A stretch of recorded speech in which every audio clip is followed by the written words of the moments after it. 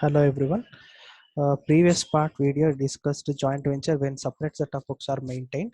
Now we'll go with when second method when no separate set of books are maintained for joint venture. ಈ particular case ಯಾವಾಗ follow ಮಾಡ್ತೀವಿ ಅಂದ್ರೆ huge firm ಇಲ್ಲದೆ ಇದ್ದಾಗ A particular ಒಬ್ಬ person ಏನ್ ಮಾಡ್ತಾರೆ ಅಂದ್ರೆ ಎರಡು ಕೋವೆಂಚರ್ ಇದ್ರೆ ಒಬ್ಬ ಕೋವೆಂಚರ್ ಬಂದ್ಬಿಟ್ಟು ಏನ್ ಮಾಡ್ತಾನೆ ಅಂದ್ರೆ he will maintain the books of accounts when each coventurer maintains the joint venture account along with other coventurers account. So a joint venture account ನಾವು ಮೇಂಟೈನ್ ಮಾಡ್ತಾನೆ, ಬಿ ಮೇಂಟೈನ್ ಮಾಡ್ತಾನೆ. ಸೊ ಅವ್ರು ಮೇಂಟೈನ್ ಮಾಡಬೇಕಾದಾಗ they will go with only two ledger accounts. One will be joint venture account, another one will be coventurer account. ಎರಡು account ನೇ prepare ಮಾಡೋದು. So ಎರಡು account prepare ಮಾಡಬೇಕಾದಾಗ you have to keep it in mind. Very simple. For example A and B ಎರಡು coventurers ಇರ್ತಾರೆ ಅಂತ ಅನ್ಕೊಳ್ರಿ. So ಇವಾಗ ಕೋವೆಂಚರ್ಸ್ ಇರಬೇಕಾದಾಗ ಎ ಬಂದ್ಬಿಟ್ಟು ಬುಕ್ಸ್ ಆಫ್ ಅಕೌಂಟ್ಸ್ ಮೇಂಟೈನ್ ಮಾಡಿದ್ರೆ in A's book A's book ಅಲ್ಲಿ ಯಾರ ಇನ್ಫಾರ್ಮೇಶನ್ ಕೊಡಬೇಕಾಗಿ ಬರುತ್ತೆ, ಬಿಸ್ ಇನ್ಫಾರ್ಮೇಶನ್ ಕೊಡಬೇಕಾಗಿ ಬರುತ್ತೆ. ಅದೇ ತರ ಬಿ ಬುಕ್ಸ್ ರೆಡಿ ಮಾಡ್ತಿದ್ರೆ, ಜಾಯಿಂಟ್ ವೆಂಚರ್ ಬುಕ್ಸ್ ನ ರೆಡಿ ಮಾಡ್ತಿದ್ರೆ ಎದು ಇನ್ಫಾರ್ಮೇಶನ್ ಕೊಡಬೇಕಾಗಿ ಬರುತ್ತೆ. Normally, you have to keep it in mind. Joint venture account is purely nominal account. It tells about what debit all expenses and losses, credit all incomes and gains. ಈ ಎರಡು ಕ್ಯಾಟಗರಿನ ನೀಟಾಗಿ ತಲೆಗೆ ಇಟ್ಕೊಂಡ್ರೆ ಈ method is very very simple. Okay, so ಇಲ್ಲಿ ಎರಡು account ನ maintain ಮಾಡ್ತೀವಿ. ಒಂದು ಜಾಯಿಂಟ್ ವೆಂಚರ್ ಅಕೌಂಟ್, ಇನ್ನೊಂದು co venture account. Will go with the question number 1.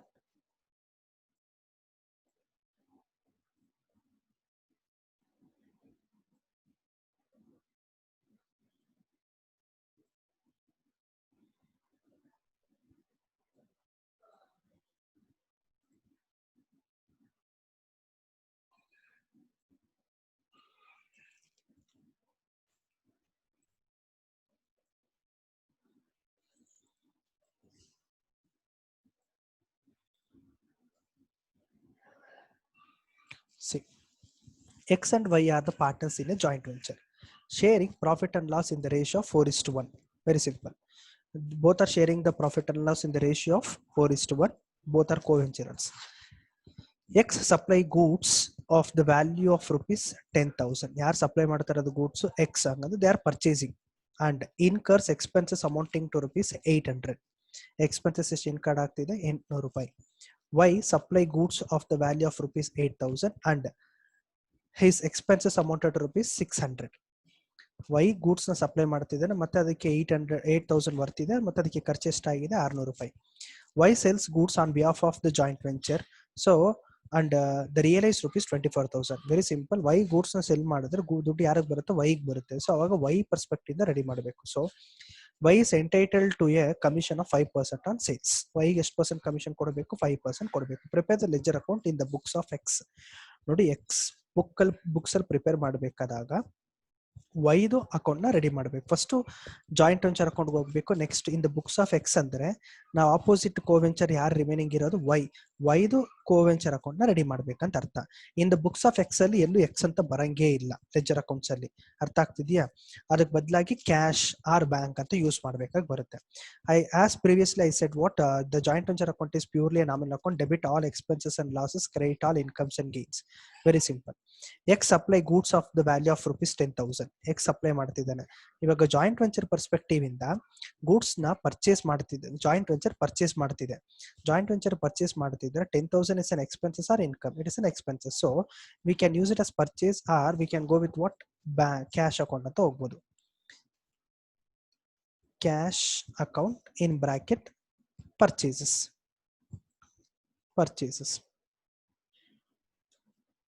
Purchases of goods 10,000. For that expenses is how much? 800. ಖರ್ಚು ಎಷ್ಟಾಗಿದೆ? For that goods supplied expenses is 800. Again cash 800. ಯಾಕಂದ್ರೆ இந்த books of X ಖರ್ಚು ಮಾಡಿರೋದ್ರಿಂದ ಅವನ ಹೆಸರು use ಮಾಡಕ್ ಆಗಲ್ಲ. ಓಕೆನಾ? That will be rate as what cash account ಅಂತ ತೋರಿಸ್ತೀವಿ. ನೆಕ್ಸ್ಟ್ ವೈ ಬಂದಾಗ ವೈ ಸಪ್ಲೈ ಮಾಡ್ತಿದ್ದಾನಲ್ಲ ಎಷ್ಟು? 8,000. ಮತ್ತೆ ಅದು ಎಕ್ಸ್ಪೆನ್ಸಸ್ ಎಷ್ಟು? 6,000. ಮತ್ತೆ this two items will be what? Expenses. Again 800 and 8,000 and 600 in the name of Y's account ಅಂತ ರೆಡಿ ಮಾಡ್ಬೇಕು. ನಾವ್ ಯಾವ ಬುಕ್ ಅಲ್ಲಿ ರೆಡಿ ಮಾಡ್ತಿರೋದು? ಮಿಸ್ಟರ್ ಎಕ್ಸ್ ಅಲ್ಲಿ. Next Y is entitled Y sell goods on behalf of the joint venture and realise rupees 24,000. Joint venture ಬದಲಾಗಿ ಅವ್ನು goods ನ ಸೇಲ್ ಮಾಡ್ತಾ ಇದ್ದಾನೆ. ಜಾಯಿಂಟ್ ವೆಂಚರ್ಗೆ ಅದು ಅಮೌಂಟ್ ಏನಾಗುತ್ತೆ? It is an income. ಎಷ್ಟು 24,000 ಇನ್ಕಮ್ ಯಾವ ಕಡೆ ಹಾಕೊಬೇಕು, ಕ್ರೆಡಿಟ್ ಕಡೆ ಹಾಕೊಬೇಕು. ಬೈ ಯಾರು ಸೇಲ್ ಮಾಡ್ತಾ ಇರೋದು, Y's account 24,000.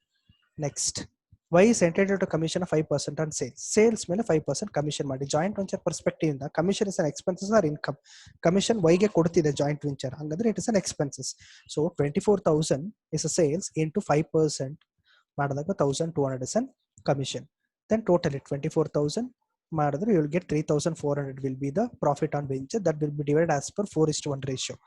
2,720, 680. Next we should prepare what, co-venture account. That is a thing, but in the books of X we supposed to prepare Y's account. ಇಲ್ಲಿ Y ಅಂತ ಹೆಸರು ಇರುತ್ತೋ ಅದನ್ನ ಆಪೋಸಿಟ್ ಶಿಫ್ಟ್ ಮಾಡಿ. ಇಲ್ಲಿ ವೈ ಅಂತ ಹೆಸರು ಇದೆಯಾ, ವೈಸ್ ಅಕೌಂಟ್ ಎಲ್ಲಿಂದ ತಗೊಂತೀರಾ, ಜಾಯಿಂಟ್ ವೆಂಚರ್ ಅಕೌಂಟ್ ಇಂದ ತಗೊಂತೀರಾ. ಸೊ ಟೋಟಲ್ 8,600 ಇಲ್ಲಿ ಶಿಫ್ಟ್ ಮಾಡಿದ್ದೀನಿ. ಅಗೇನ್ ವೈಸ್ ಕಮಿಷನ್ ಅಕೌಂಟ್ ಇದೆಯಲ್ಲ, joint venture account 1,200. Okay, next